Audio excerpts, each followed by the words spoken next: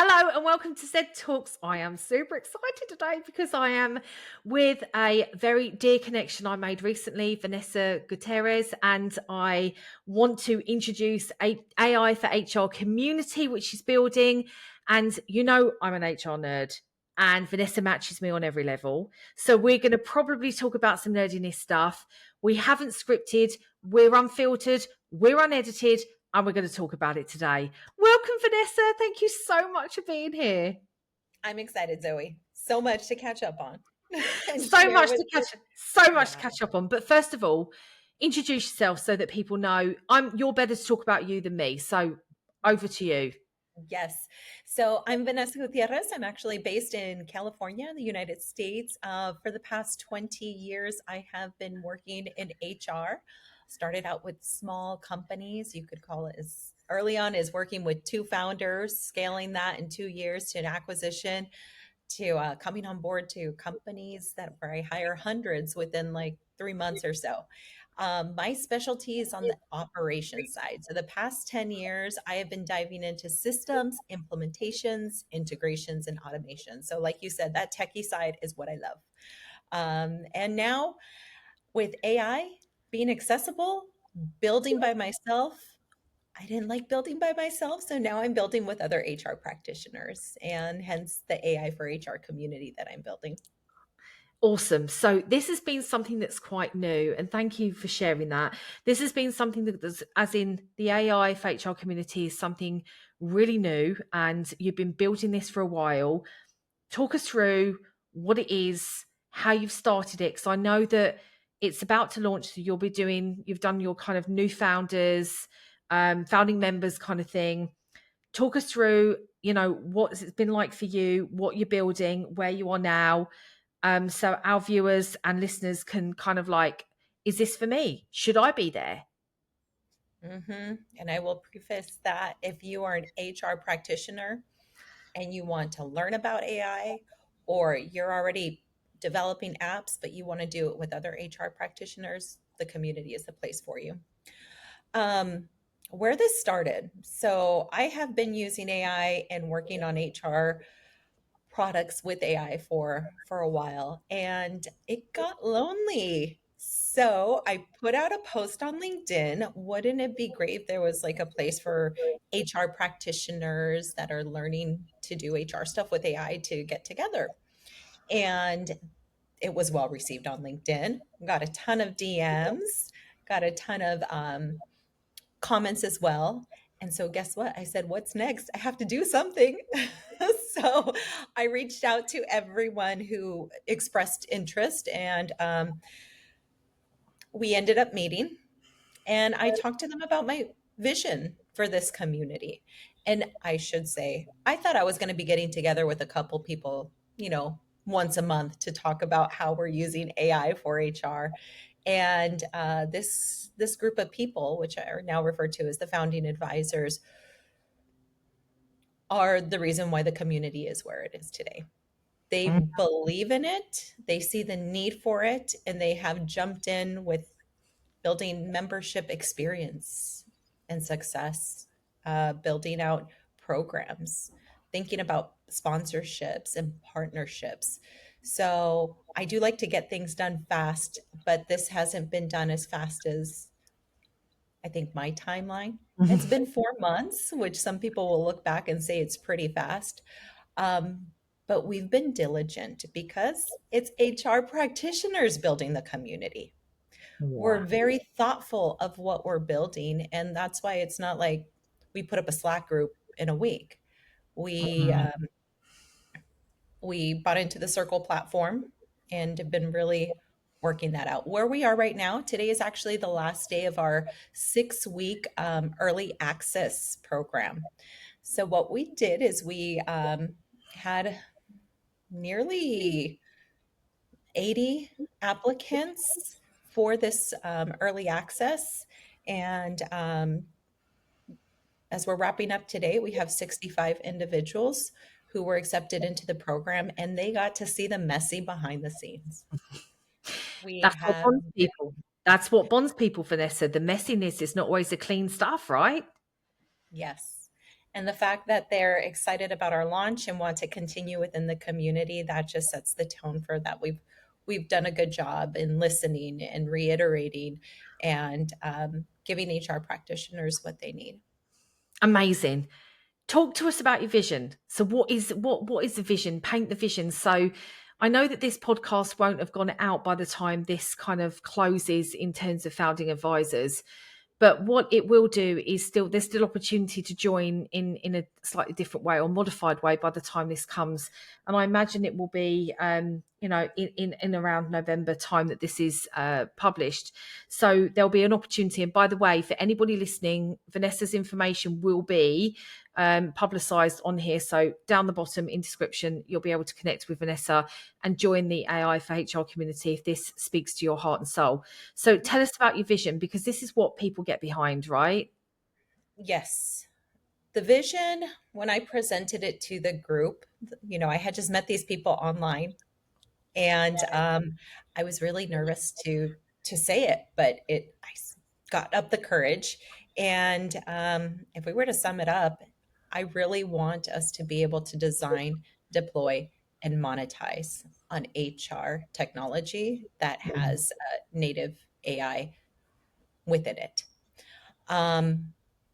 For too long, we've had tech bros building HR tech because they think they know everything about HR, and they actually are many times the decision makers, and we're going to get the system within the organization, but we're the ones toiling day to day in the systems.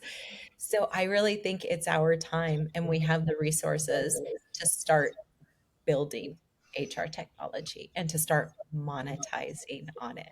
And that was the big one. I was nervous to say monetizing on it, but I wasn't far off. We already have people within the community that are doing that. And I hope that more HR practitioners are out there building and monetizing because we know HR. Fantastic. So the community this would really speak to, is this more in-house HR professionals, or are these practitioners that are supplementing or maybe consultants, or they're external to a corporate enterprise, for example? What's the sweet spot for somebody to be a HR practitioner in the AI for HR community? In-house or have your own practice. We're essentially doing the same type of work. It's either Yeah, working for someone else or yeah, ourselves. But I mean, we're all working on open enrollment. We're working on compliance. We're working on so yes. many different things that are very related. And now it's just how do we help each other to take it to the next level? Oh my gosh, I so love this. Yes. So, I mean, I have 1,000 questions that might not be necessarily like for the public, but I'm just going to go where my heart leads me. So, I think that one thing that comes to my mind is for anyone that's a HR practitioner that's listening to this, and I hope there's a fair few of you, and this comes into my Z Line newsletter as well, is that in the years that I've been in HR, and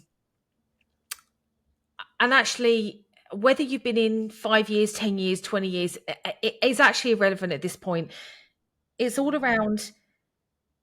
I've noticed and observed throughout my career that HR have defended their position, have always had to justify their role and a seat at the table, and be questioned on that and challenged on that again and again and again. And in fact, it hasn't stopped throughout my career. And it's one of the reasons why I started my own business, because screw it, no one's going to tell me how the F to do HR anymore. I'm like, I'm not going to do this anymore because somebody else thinks that they know how to do it better. So to your point, like the technologists, no, I don't believe that we should do technology in an enterprise separate to IT. It has to be a joint collaboration because there's a tech stack. They have to be harmonized, they have to be integrated. But today, there is not one tool, and whether you're an ERP system or whether you are an AI system or wherever, there is not one shoe fits all. And there will never be one shoe fits all because each HR team will be different, each HR practitioner will be different. And I'm curious about what you're seeing in the community of like, have you got a bunch of rebels, Or have you got like really, I know, because I know that HR people are typically compliant. Like we like to be compliant. We like Oh, yeah. we like order and we like compliance and we like, tidiness and neat. Or maybe that's just me, but that's been my experience so far. So in the community, is there a thirst and a sense of like being rebels, want to create and pave something new, something? What's the vibe? Hmm.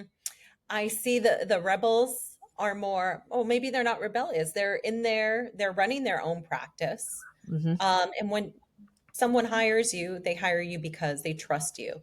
And so I'm seeing more traction on the people who have their own business because they get to experiment freely with Yeah. tools that actually exist and that are being used. The people who are in house, there's still a struggle there. There's still the struggle of how far can I go? Mm, Or do I even start? How do I start? So that's one of the highlights that we've seen over this past 6 weeks. So we are going to talk about how to work around that. Of course, HR data is highly sensitive and confidential, but how mm, do we create this fake data and drop it into scenarios? And I think not I think, I know what needs to be done is we need to build. We need to build and come to the table and say, this is what we can use. Because not until the technology team sees something are they going to mm, kind of think, mm. oh, this might work. But if we just talk about it, nothing's going to happen. If we Yeah. just continue to let them run the show, nothing's going to happen. So I think we all need to be bold and a little bit rebellious in a way that we're going off, we're doing our own vibe coding projects, creating apps, creating a with this synthetic data and presenting it. And then they could go ahead and run with the last 20% of it for the implementation within an organization.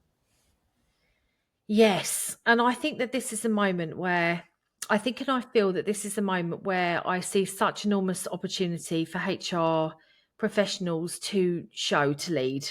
Like we know what we're talking about. We can, so it's going to the point exactly that you might have been very nervous to talk about is monetization. And I had a very candid conversation with somebody. Well, I've had it with multiple people over the past few months, but this morning specifically, when I'm sat in a CPO role, and bearing in mind I was a CPO for one of the world's biggest media companies, so I'm not being egotistical here. I am speaking from somebody that was in a very visible position, um, and was very removed from the front line, very egotistical. I'm talking about myself here, and thought I knew how to monetize. Right. So, being a chief people officer, being at a board level, I must be able to run my own business. And little did I know, little did I know, thinking that I'm very, very commercial. And I know that many people that are a in-house CPO or HR leader in some way may find some resonance with this. And I'm not going to be, I'm going to say it with kindness, but you will never, ever,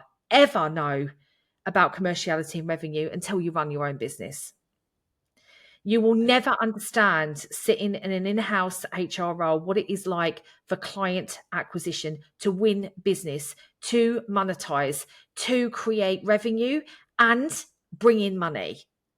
And I know that may trigger some people, but I think it's really worth saying that the opportunity with AI is so profound to generate revenue, to monetize, is unlimited. And so, with all respect and kindness to age, and I've been in that seat thinking I know everything. I don't need to learn how to be commercial. It's a very different proposition when you have to go and make money because your livelihood depends on it. You're pushed into corners that you don't necessarily have experienced before in different ways. It's almost like it's a shit or bust situation. Like Mhm. I have to do this or I've got to take a very different route. And so when you talk about monetization with the backdrop of that, how do you see that? How does that kind of, how do you see that coming to life through the community and what you're building? So First of all, it's empowering those within the community to do their projects on the side. Learn how to build GPTs. And if you have a client, Yeah. build them one, Yeah. sell that, right? I think that's low level. Anyone can start monetizing off of that. We could start implementing Mm. native AI products, or you could go as far as building. And on a big level, this is a part of the big vision. I would love for us to be the known place to go to for HR practitioners that know AI, not just talk about it, but actually know it, and create a marketplace. Yeah. Create a marketplace of all these tools that our community members have built and be able to sell those through our community. There's going to be little bits here and there. Sometimes people might think, oh, it's a big application, an ATS or an HRES. Someone can't go ahead and pick that off the marketplace. But heck, has someone built out like using AI to build out a compensation plan for a company where Mhm. you could just download something and start running with that because they built out all the back end for either a Google sheet or an Excel sheet? There's so much that can be done, which is just a quick download or drop of a button. So, and then I'm actually connecting with the group tomorrow. We are thinking about building an HRS. Why not? I mean, there is in the early days of Hi Bob, I was very much a part of the product creation of it, the ideology, and I got sort of specific insights to how they build. And the complete disconnect for me, well, first of all, I was super privileged to be like asked to contribute, and I still feel that way today. Like it's a massive privilege to be asked to contribute, and I look at that experience now and think there was so much disconnect in the technological frameworks and wireframes that were being built to the reality of what happens in HR and the sensitivity around. So typically, a HRS system gets one thing brilliant, front end or back end, but they're never either front and back. They don't seem to have any. Either the experience design is brilliant, but the functionality is shit, or the functionality is brilliant, but it's not intuitive and it's really difficult to navigate. So there is definitely space for that. I'm meeting Hi Bob next week actually, but I digress. I think there is definitely space for that. And have you ever met Dominic Lafort of Sherlock? So No. he's building HRS for HR consultants. And actually, maybe I should make some connection here because he's kind of really listening to the community and looking at what is needed, the reality. And again, it's that non removal from the reality and what is thought to be right and true by somebody that doesn't have any experience or exposure. So I think that there is every chance that there's an HRS system. And I think the market, so I actually spoke to humans today, humans.io. I Oh yeah. like what they're doing. I like what they're doing a lot. It's again intuitive. It's nice and it's framed, lovely experience design. Haven't got behind. I typically try to break something. I'm like, give it to me, Yes. and let me. I kind of want to see its bandwidth. I want to know the boundary. I haven't got that yet, so I'm a little bit excited to get there, but not yet. Whoa, there's oh. So I just got to be a bit patient with that. Yeah,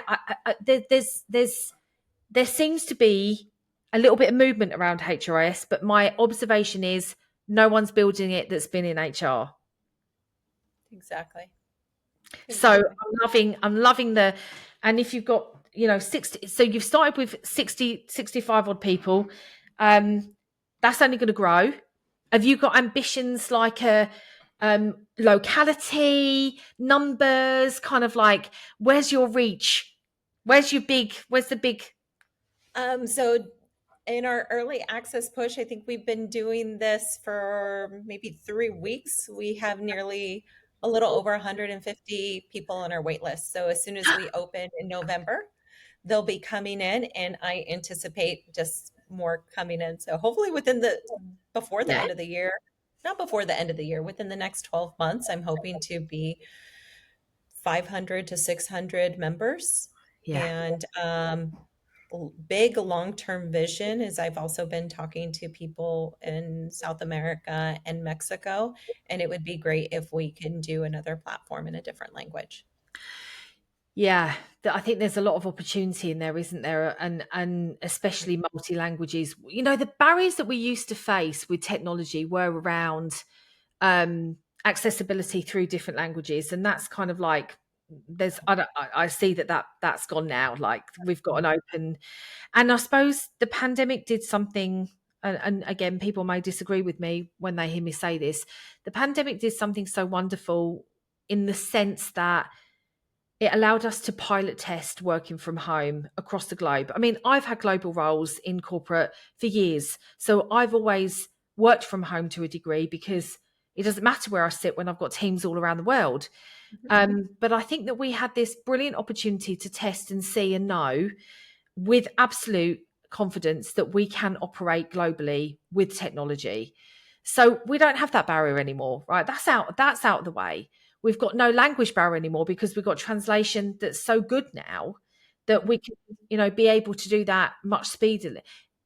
Technology is I was speaking to somebody earlier on. I don't know if I told you this, Vanessa, and I'm very curious because the more I speak about it, the more I'm getting involvement with different people. But my doctorate is around, I believe that we've got two polarities here. We've got the technology, which is very logic based, and we've got our soul, which is very heart led. And these two dualities exist within us. And I live mostly up here because I work in tech. And Mhm. I know that you've got a family, so I don't, but we need to exist in a human sense and through technology, right? Because that's what's being demanded of us. So my doctorate is bringing these actually two into some kind of cohesion, balance, the head and the heart kind of thing. And as I move through my research, I've got to find a research question. Of course I have, because I need to nail that down, so to speak. But it's leadership, technology, and generational behavior, and how we need to create a work that's fit for Gen Z and Alpha. So, your kids and their kids. And because right now we're not existing in a world which is going to be here in 15 years. It's just not going to. We're going to go through a massive change.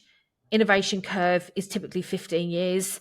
We're going to see that innovation for AI 5 to 8 years accelerated at least 50% based on science and fact. Like, I am so curious about appetite for people to want to contribute to research, because I think there's a massive intersection here between, and I'd say even transhumanism is a thing. It's not even something that it used to be so far removed, but we've got technology and human now, and how these two worlds are going to come together in harmony. So I know that was a long ass winded way to say about my studies, but I also wonder if there's scope and room to tap into your community for insights on that, because I think that it's well positioned to kind of be able to input into this kind of research. Because when I'm finished with it, my absolute goal would be I'm changing the face of HR. It needs to change to accommodate for this world. Oh, you're gone on mute. You're on mute. There you go. You're off. Yeah. Tell me. I think we're at the forefront of it, both you and I. We see that the landscape is changing. And I mean, as much as people say AI is not going to take our jobs, let's be real, HR has a lot of repetitive tasks. And yeah, that's going to be slashed a bit. But Mm, I want the forward thinking HR practitioners that want to dive in to be able to stay in the game mm. 100%. Do you have just a feeling, and I don't know if you measure this, where do you see your community today? Is it more Gen X, Y, Z, or is it a blend of all? It's a blend of all. Mm, It's a blend of all, and everyone's at different stages of their journeys. And I mean, some people are just like, what is prompting? What is a GPT? And mm, that's why we're creating this safe space. And then we have people who are already developing apps. Yeah. Yeah. And I may have mentioned before when we met, because we met through LinkedIn, we got mutual interests, of course we have, which is just fabulous. Um, when we met, I did a survey, and I think you even contributed onto the survey. You did. That's right. Memory. This is called menopause. This is what happens. You're not there yet. Thank God. Um, so the survey kind of revealed 16% of the participants. So there was 277 participants. 16% were using AI on what they called a regular basis. I wouldn't say frequent, but regular. What they were using it for is ChatGPT, Claude, Perplexity, Otter, Jasper, Gemini, and then what tools they were using it for: tactical, nothing strategic, content creation. There was really very little in terms of when you look at the core HR functions, no analytics, workforce planning, performance management. No, there wasn't much of that. I'm going to run that again, and maybe there's a collaboration that we can also do with that for next year. I think we've got this. I think now we're going to have an 85% adoption. What it's being used for, still not sure. But I think that we'll have moved accelerated into curiosity and adventurers with what we're seeing HR people use it for. Um, and I think that will be really interesting to understand what AI is being used for by self and by the organization, because there's disparity. You said it earlier on, like organizations and people are not necessarily at the same stage, which is very interesting because that's still going to indicate that we've got a massive literacy gap. And how do we close that? I don't have the answers, but what do you think? I don't know. I love it. We just don't know, but we're in this uncharted territory. I'm being distracted right now, and I don't know if we cut this out, but the gardeners are here. Can you Oh, I hear can't that? hear them. No, No. Okay. the Okay, gardener good. job. Gardeners won't be going out of anywhere, Vanessa. Gardeners will still be grooming and pruning and doing the yes. That's right. Yeah. Um, I'm sorry. I was distracted by that. That's okay. That's all right. It was just more around kind of like survey and really Oh yeah. thinking about how we might, whether we collaborate or not, like how do we get data sets that are helping us to see the direction of travel and how speedy we're moving, how quick we're on the journey, and how AI is evolving in HR. So Um, I yeah, hear you saying what you expect to happen on that survey. yeah. And that is something that I'm hopeful for, but as I'm like really thinking about it, not everyone thinks like you and I, Mm, tech, right? And HR has so many different facets, and the tech and operations is just one little sliver of everything else HR does. So, as much as I think and know there will be people adopting working in N8N or other programs in order to make these data workflows and all of that good stuff happen, the majority of HR practitioners won't. I don't think it's because they can't or aren't willing to learn, but I think we will need people who are focused in the other parts, whether it's L&D or payroll. Payroll, I could see a lot of that jumping into mm, to automations possibly, but I don't think all HR practitioners are going to go that deep into the tech side. You and I think like that, and we're excited to jump into that. But mm. just thinking about my circle and also the community, people in there have different expertise in HR, and they're probably going to dive into like really how do I build out uh, different GPTs to support my managers and things like that, or how do I build out an application but have somebody else take care of the data part. Um, I don't know. That just came to mind right now. Will it work out like that? I don't know. But I just have to remember you and I are a special breed in HR. Not everyone thinks like us. And when That's when I true. talk to other HR practitioners, they're like, "Ooh, I Yes. couldn't do that. I wouldn't like to do that." So um, that's one thing I easily forget is that not everyone in HR thinks like us, and we have different Yeah. functions and strengths.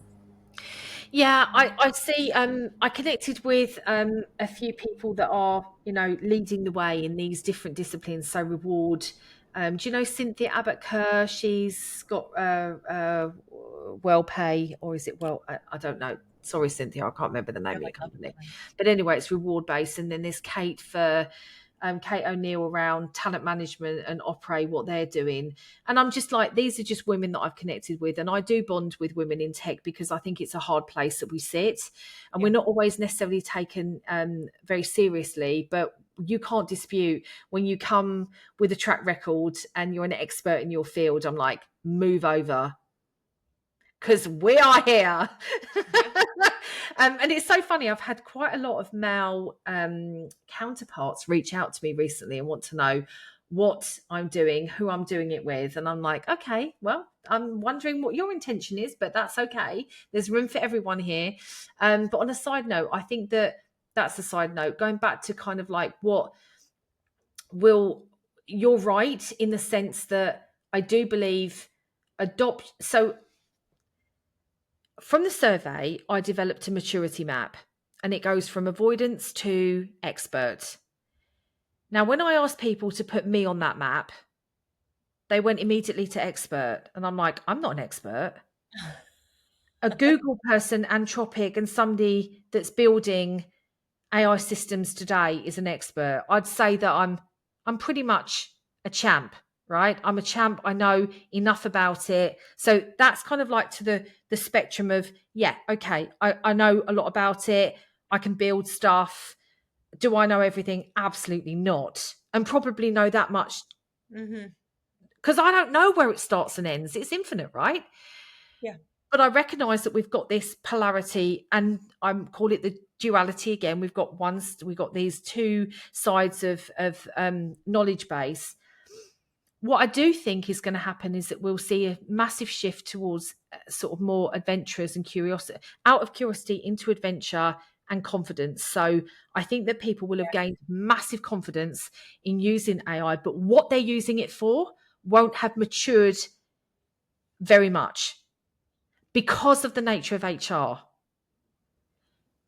because of the data, because of the confidentiality, because of GDPR, because of EU Act, kind of like the AI. I think there's going to be some, I do think that there's going to be more adoption, but what it's being adopted for is maybe not going to be as accelerated in the way that I would have hoped. I think I'm being probably ambitious, aren't I? Well, we've always had a struggle because of our data, the confidentiality with it, and Yeah. having it siloed, right? So even if we wanted to use some dashboards through Tableau, because we know our reporting and dashboards in UKG or Workday and every other one, they don't always complete what we're looking for. We need to pump that data through Snowflake, output to Tableau, but we're not the owners of those systems. And who's going to be seeing the data going through there? So we've always been stuck, Yeah. right? We've always been stuck. So I think there's going to be applications built by HR practitioners and in-house as well, where they could pump that data through exactly to their HR dashboard. They don't need to bring IT into the picture for anything. So Yeah. I Yeah. see that happening down the line. Um, but here's another thing, and I know it all has to do with contracts that we have with organizations, but why don't I just build this for someone working in-house? Build this, get it down right. I mean, here in the community, we have so many people that say, "Hey, I'm working on this. Can you guys test it out?" Sure, we're testing and refining. Why can't they say, "Hey, I found a product. Let's go buy that." They're the builder behind it. They can monetize Right. on it with that organization and others. I mean, that goes back to the contracts they have with their employer and such, but um, we're in-house. We know the needs and we're building and finding those solutions. So not where that's for the people who are in-house. Um, yeah,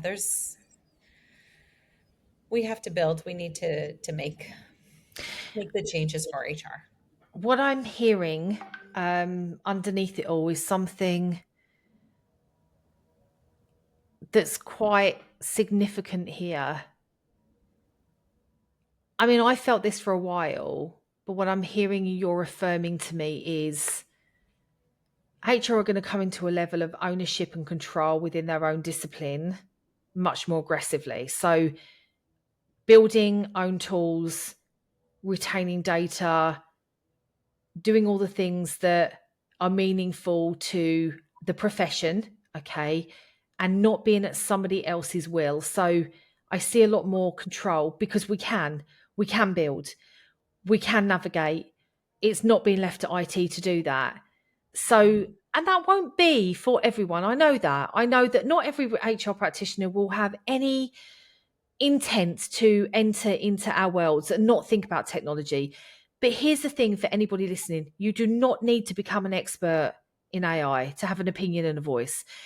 You can gladly pass that on and input and shape the way things happen, and what's being developed and built.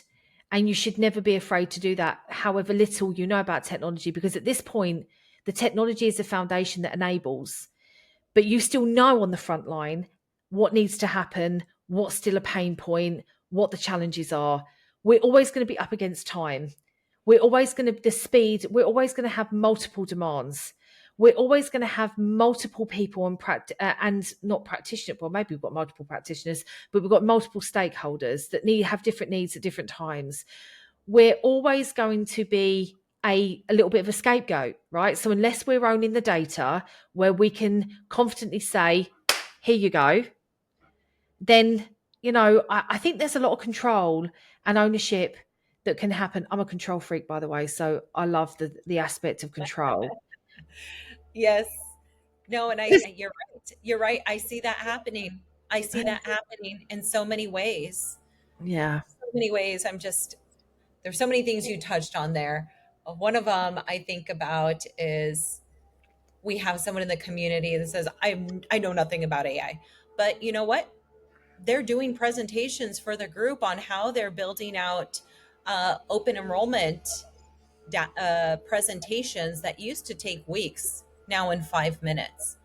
And she hears of people's challenges within the community and can vibe code an app, but she doesn't know anything about AI. That's what we keep on telling ourselves, and we need to stop that because the possibilities are endless, as you say. Mm. There's so much we can do. Um, and I'm so excited about that. And then there was the other point is, when the internet came out, it was one of these things I remember looking back. It was something I was exploring but didn't know much about. And I'm here in Silicon Valley too. And it's not a thing for me. It's not something we do. And then when you start exploring it, and of course, I'm just kind of watching my parents and trying to figure it out too. Like, this is really complicated. What you need a modem, what are Ethernet cables? Like, there was so much tech stuff around it. Um, it was a little overwhelming. Mm. But now we don't think about any of that. Right? It's just on our phone. And I feel like that's what's going to happen with AI as well. It's not something we're going to talk about anymore. It's just going No, to run in the agree. background everything we do. Um, but as we are HR practitioners and know the business, we excel our career and our expertise to a different level when we understand AI technology. So when it's running in the background, we understand how to navigate that or think of possibilities for whatever we're trying to solve for. And I think that's so important. Yes. So you've just hit on something which is really key for me and has such resonance is for everyone listening to this, you are not necessarily a HR practitioner, you're a problem solver. You may be a HR practitioner, but you've got to think like a problem solver first and a HR person second. And that to me is a shift in mindset, a paradigm shift around.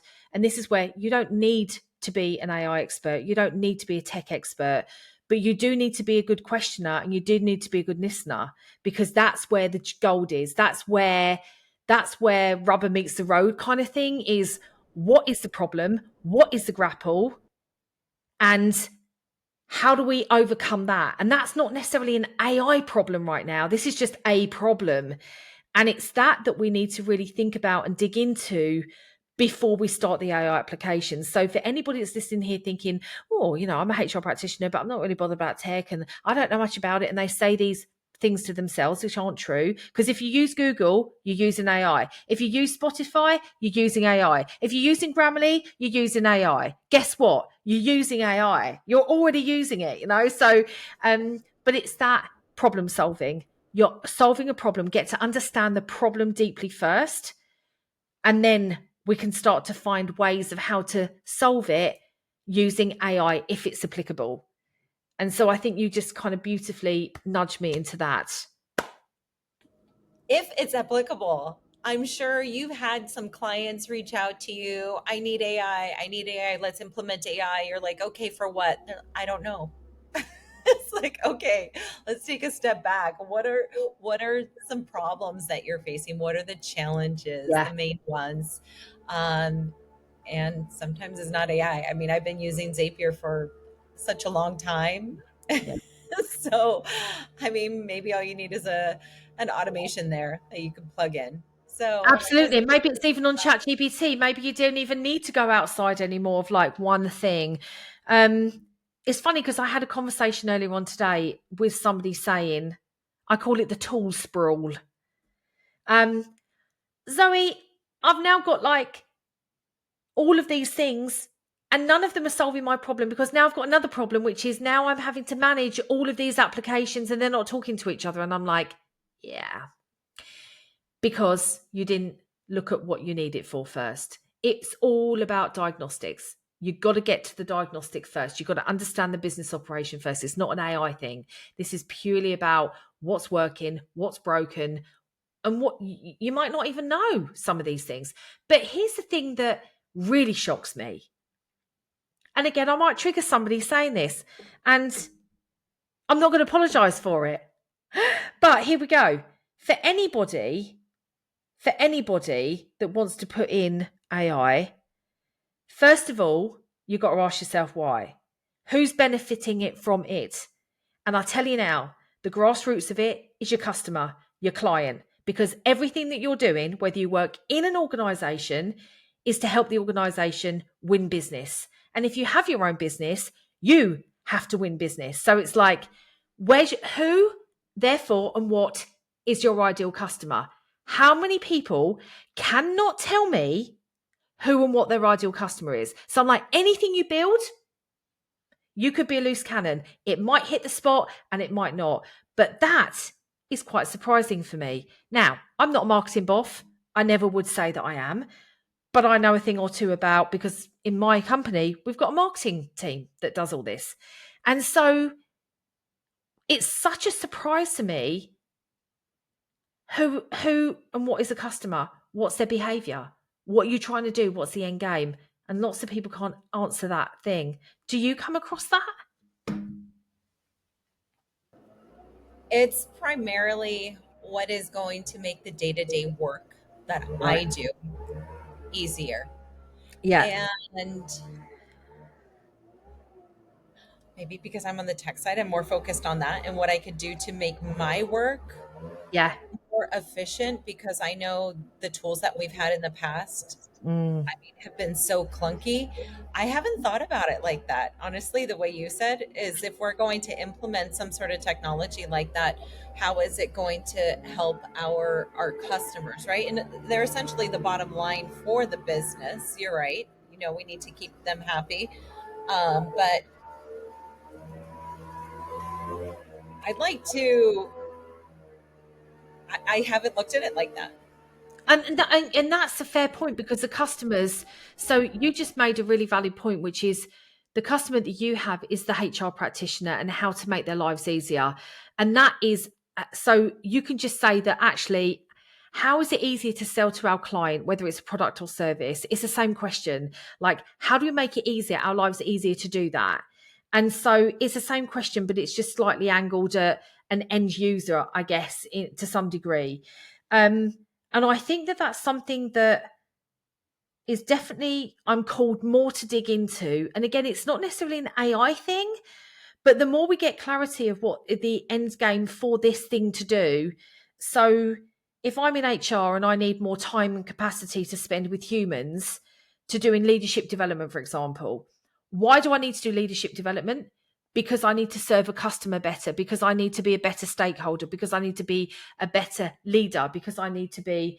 I think there's and maybe this is, my hallucination in when I'm doing my work, because we specialize at enterprise level without a doubt, and we look at the whole business and not just HR is a discipline within, but it has to sit within the broader scope of an organization. um and that's when it becomes really key around the customer, the ideal client. What is that? So naturally, it's not something that HR would be digging into, because that's a marketing job. But when you get to your own company, you start to kind of go, who's my ideal customer? How do I speak to them in a way that's meaningful? That happens. That Happens, happens. right? Oh So yeah. So going back to the AI for HR community, I'm very excited for it, and I hope that you are enormously proud of what you built so far. And I don't mean that in any derogatory, patronising way, because I know that we do have some overlap, but I'm not intending for it to come across that way. You've done a phenomenal job. And before we hit the record button, I did say to Vanessa, "My God, you have leaned in and you are making a big impact." You think that you're going slow, you're going fast. Yeah, my And team reminds me of that. like, Yeah. you're going fast, and you can only go as fast as the people willing to receive it. So you're on point and you're doing a phenomenal job. And I know that this is going to be something that will propel you into something even more bigger, whether it's a HRS system or whatever it is. And I have a lot of respect for that. And thank you for, affording time and energy to come on and talk about it. I know our time is coming to a bit of a close, and I'm want to be able to invite you, if you're open to it, in a few months to be able to come back, talk about what's happened since in the community, what's changed, what's working, maybe what's upcoming. Because I'm getting a lot of feedback from my newsletter that it's really helpful and it's really great. And so whenever I do a ZED talk or I'm creating content, I want people to have choice. They can't just learn from me. They can't learn from one person. It's not effective. It needs to be from many. And I can't be all in everything to everyone, nor should I be. So I love that we have found our way to each other. And will you come back? Yes. Oh, yes, absolutely. And to touch on what you said, we do have founding advisors and even people in our early access beta program that are running their own programs and teaching people how to use AI. And one of the things I know is that there's enough to go around, but people have different flavors, Oh, right? And yeah. they gravitate to the way people do things, and that just works for them. And that's fine. That's something that everyone needs to be okay with and support one another. So, um, I do refer people, hey, you should probably go check this out or meet this person. And one of the things that has been new over the past 2 or 3 weeks is the word amplify keeps on coming to my heart, not just my mind, to my heart. And the community members, I want them to facilitate different programs that we have, whether it's a workshop or something a little more casual that we call an open loop.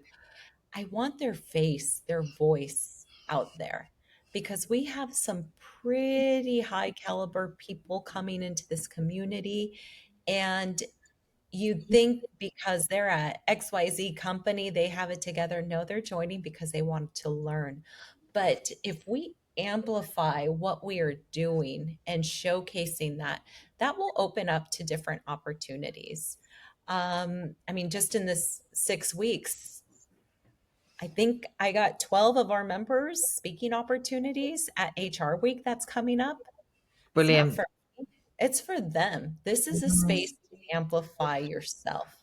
And Mm, so I love amplification that. just keeps coming up. Um, Yes, I want them to get more business. I want them to be hired if they're unemployed right now. I want them to just lead this community. It's a community. It's not Vanessa. Earlier on this year, and I something else has just come to me, which is I did a pilot retreat in Ireland in 2023.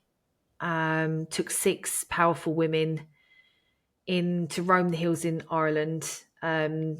They didn't know what they were in for, but it was about impact and stepping into their own power. I facilitated it with another. It was really emotional. It was very deep. It was very real, and it was very raw. And what came out of that is most of them also have well, not most of them, two of them had a coaching practice or have a coaching practice. One of them is Sophie Pittaway. She is a world champion kickboxer, Thai kickboxer, very well known in her space, and she teaches health and well-being to women. And she says something super profound to me, which you may have not said the word, but you're meaning what you've just amplified there. Oh, nice, nice, though, nice. Was she was like, community is nothing without connection. And you may have a group of people and you may have a community, but unless they're bound and unless they are connecting with each other, with resonance, with what, people come to a community for different reasons, but the number one reason is what? To connect to a like mind, to feel something that they don't have. And so I took that away as something which is why I don't have a community right now, because I think that there's so many communities out that will do it better than I will, in all honesty. And I don't know for the future. There might be, we are going to have a learning ability for clients that want to learn and integrate AI in their businesses. But I think what the takeaway for me is community really isn't much unless you've got that connection, unless people are bound. And what you're talking about is people working together, collaborating, that cultivates and brings this sense of unity, and I think that that's going to become more important. So behind AI, so I'm thinking 5 to 10 years from now that AI is not a thing anymore. It's just absorbed into business operations. It's a thing that we live and breathe, and we don't even talk about it anymore. Socialization will become more of a problem. We have much more social anxiety in Gen Z and Alpha than we've ever had in other generations. So connection is going to be the thing that will be the hot topic. So I always say that with every shift or movement, when we're one end of the spectrum, there's only one way to go, which is the opposite. So everything will become about connection. Everything will become in person. Everything will become about organizations will go back to team building. We might not call it team building anymore. We'll call it immersions, retreats, whatever. Mhm. So there's this whole reminder of like why we do the things we do. And ultimately it's for connection. And that's a place where people can decide where to go to get that connection. So, and if AI for HR is your place, you should join. You should Yes. join. I haven't joined. Why haven't I joined? What did It's you tell me great. for this? What's happened? You didn't even say. I'm like, maybe she'll reach out to me and ask me. Let me be invited. I don't want to get missed out. You know, I love that you touch base on the community, the connection aspect. And it may not be that people are coming to every single workshop or program that we have going on, but I already see these connections that are happening. Oh, I talked to so and so. We had a great conversation about AI governance, right? Mm. That's not up in my realm, or compliance, or learning and development. We even have a space that's called where people can work out loud together. Hey, we're going to be jumping on a call to discuss compliance in this area. If anyone wants to join, come in and join. That's where you meet your people and you Yeah. have those connections. And that's what we are just building within this community. So, yes, I love that you said that. That connection is going to be key. Yeah. And Circle's a great platform. we've just built that a platform out on community on platform for a client on Circle for a client, and Circle is great. I have to say, it's got a lot of also functionality to customize, which is brilliant. So, well, So here come we join. are. Come and join, and I'd love to, and yeah, I would like to. I'm very conscious that I'm not always present there. I've got a couple of communities, but I also have immense FOMO. Like, I don't want to miss out, so I do suffer with that. We all do. We all Yeah, go through. I know we're human. We're human. That's what makes us human, isn't it? Yeah. Well, thank you so much for being here. I know that we're up to time now. So thank you so much, Vanessa. I'm really appreciative of your time. Thank you for being here. Thank you for building and doing what you're doing. You're making a big difference. And follow the journey for anyone listening. Connect with Vanessa and ask questions. Be curious. And you don't need to become a technical expert to be here. You just need to have willingness, curiosity, and want to be a part of a movement, because this really is what it is. So thank you so much. And we'll see you next time. Thanks, Vanessa. Thanks, Zoe.